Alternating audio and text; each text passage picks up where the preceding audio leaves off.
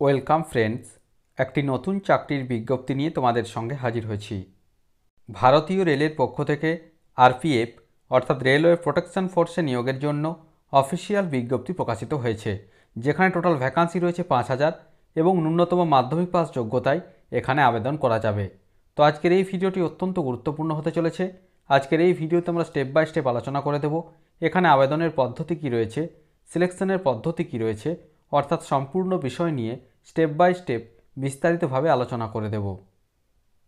চ্যানেলটিতে নতুন দর্শক হয়ে থাকলে অবশ্যই চ্যানেলটিকে সাবস্ক্রাইব করে পাশে থাকা বেল বাটনটিকে প্রেস করে দাও, যাতে সমস্ত ধরনের নিত্য নতুন চাকরি সংক্রান্ত আপডেটসগুলো সবার আগে তোমাদের কাছে পৌঁছে যায়। অফিসিয়াল বিজ্ঞপ্তি ওপেন করলাম, যেটি government of India, ministry of railways, railway recruitment বোর্ডসের পক্ষ থেকে পাবলিশ করা হয়েছে। এমপ্লয়মেন্ট নোটিফিকেশন নম্বরটি কি রয়েছে দেখো, সেন্ট্রালাইজড এমপ্লয়মেন্ট নোটিফিকেশনটি নম্বর রয়েছে RPF 1/2024 এবং RPF 2/2024। কি বলা হচ্ছে দেখো, recruitment of sub inspectors and constables in railway protection force and railway protection special force. অর্থাৎ এখানে আরপিএফের যে কনস্টেবল এবং যে এসআই পোস্ট, এই দুটি পোস্টে এই নিয়োগ প্রক্রিয়াটি সম্পন্ন হতে চলেছে। এবার দেখো যে অ্যাপ্লিকেশন প্রক্রিয়া কবে নাগাদ শুরু হতে চলেছে, এখানে কি বলা হচ্ছে দেখো, আগামী 15 এপ্রিল 2024 থেকে অনলাইন অ্যাপ্লিকেশন প্রক্রিয়া শুরু হতে চলেছে এবং আবেদন করা যাবে আগামী 14 মে 2024। অর্থাৎ আবেদন করার যে শেষ তারিখ আগামী 14 মে 2024 পর্যন্ত এখানে আবেদন করা যাবে। এটি একটি শর্ট নোটিফিকেশন, এর যে বিস্তারিত নোটিফিকেশন সেটি আগামী 15 এপ্রিল 2024 আরআরবি যে অফিসিয়াল ওয়েবসাইট সেখানে ডিটেল নোটিফিকেশান দেয়া হবে। এবারে আমরা আসছি দেখো ভ্যাকান্সি এখানে কী রয়েছে। প্রথমে রয়েছে আরপিএফ যেটা রয়েছে সাব ইন্সপেক্টর, পে লেভেল 6 বেতন এখানে দেওয়া হবে। এডুকেশনাল কোয়ালিফিকেশান কি চাওয়া হয়েছে দেখো, graduate from a recognise university, অর্থাৎ যে কোনো শাখাতে গ্র্যাজুয়েট হয়ে থাকলে অবশ্যই এসআই পোস্টের জন্য আবেদন করা যাবে। এখানে ইনিশিয়াল পে কী রয়েছে দেখো 35,400 টাকা এবং এজ লিমিট কী রয়েছে, ন্যূনতম 20 বছর বয়স হতে হবে, ম্যাক্সিমাম 28 বছর বয়স পর্যন্ত আবেদন করা যাবে।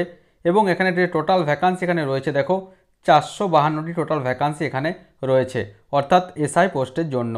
নেক্সট যেটি এখানে রয়েছে দেখো, আরপিএফ কনস্টেবল পে লেভেল 3 বেতন এখানে দেওয়া হবে।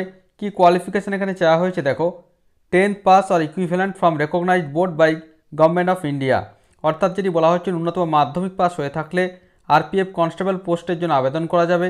ইনিশিয়াল পে রয়েছে 21,700 টাকা এবং 18 থেকে 28 বছর বয়স পর্যন্ত এখানে আবেদন করা যাবে। টোটাল ভ্যাকান্সি রয়েছে 4,208টি, অর্থাৎ টোটাল 4,660টি ভ্যাকান্সিতে এই যে নিয়োগ প্রক্রিয়া সেটি সম্পন্ন করতে চলেছে ইন্ডিয়ান রেলওয়েজ। নেক্সট এখানে কি রয়েছে দেখো, এজ লিমিট 1/7/2024 হিসাব অনুযায়ী সর্বাধিক 28 বছর বয়স পর্যন্ত আবেদন করা যাবে।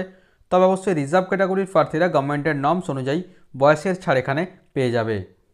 নেক্সট আমরা আসছি সিলেকশন প্রসিডিওর।